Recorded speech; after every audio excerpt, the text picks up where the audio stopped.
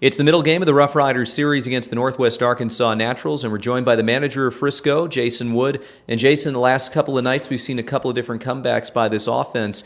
I guess the difference between winning and losing in these games is that on Friday you were able to keep Arkansas from scoring after you had been able to come back, and last night you couldn't. Yeah, that was a tough one last night. The guy was throwing a real good game against us early, and we found a way to get after him there, and I think the fifth or sixth, whatever inning that was, but we ended up giving that right back to him, and it was tough to come back from there. But I like to see what we're doing on offense, and to show that we're able not just to score early, but if we do get down, we're able to come back and produce some runs and try to stay on top of the other team.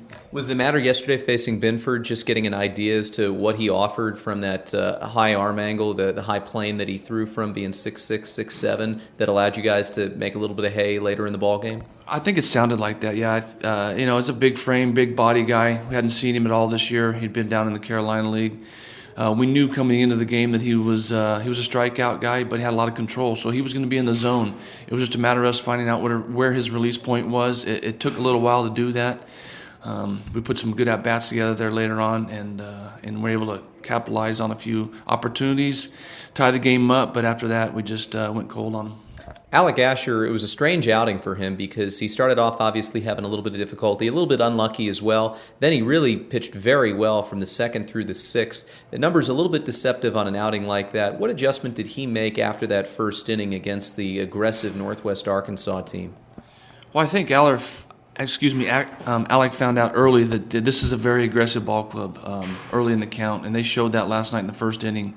It wasn't just about him throwing strikes early, easy hittable strikes, because that's what they took advantage of. But I think he settled in for those latter part of the innings and did a pretty good job of mixing up his stuff and sitting on the corners a little bit more and being able to put them away.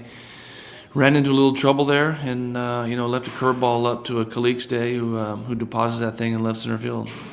On Thursday, we saw a dominant starting pitching performance from Edouard Cabrera. He went 8 innings, didn't give up a run, and I'm sure that it made you happy for him individually as well as the team to see him get the victory because he had pitched well over his last few outings but had been tagged with some losses. Absolutely. Cabby's done such a good job this entire year.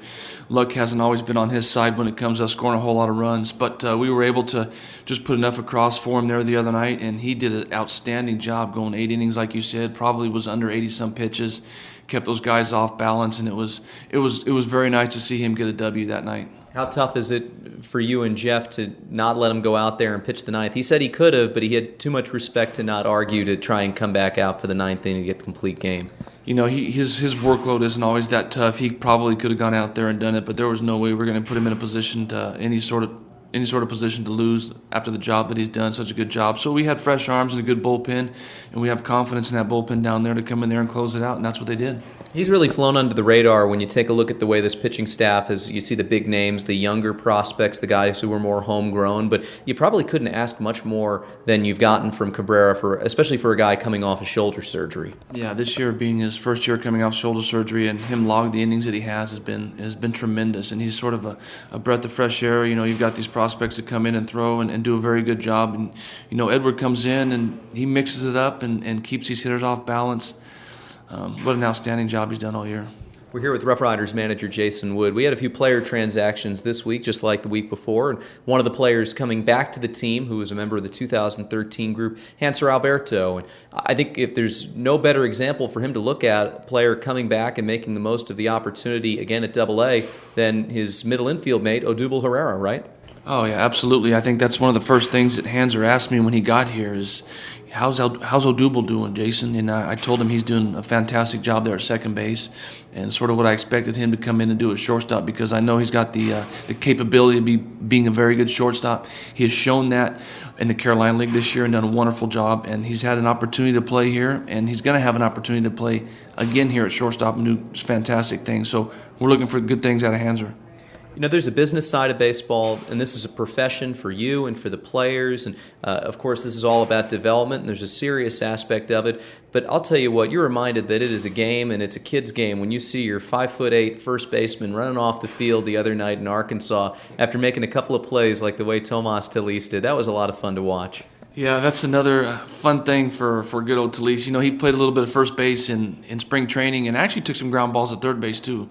His ability to advance in this game is going to be his versatility. He does a great job behind the plate, but if he can do other things, it's only going to help and it's going to benefit him in the long run. So it was a pinch. He got put in there the other night. I wasn't planning on it. He had the night off, but I had two players in Hanser and Grayson who didn't make their flight. Flight was delayed, so I went ahead and put Talise at first base, and to see him make some plays that he did and catch that ball and to run off that field with a smile on his face was something else, that was for sure. He said he was scared to death on a few of those plays. That sounds funny coming from a guy who's usually behind the plate taking all sorts of punishment the way he does on a regular basis. In a sense, he actually played infield before he was a catcher, so he just hadn't done it in such a long time at a high level like this. But I wouldn't have any worries about running him back out there again if I needed to. And he's played a game at third base this year too. So fantastic job by Talise and the great job he's done this year.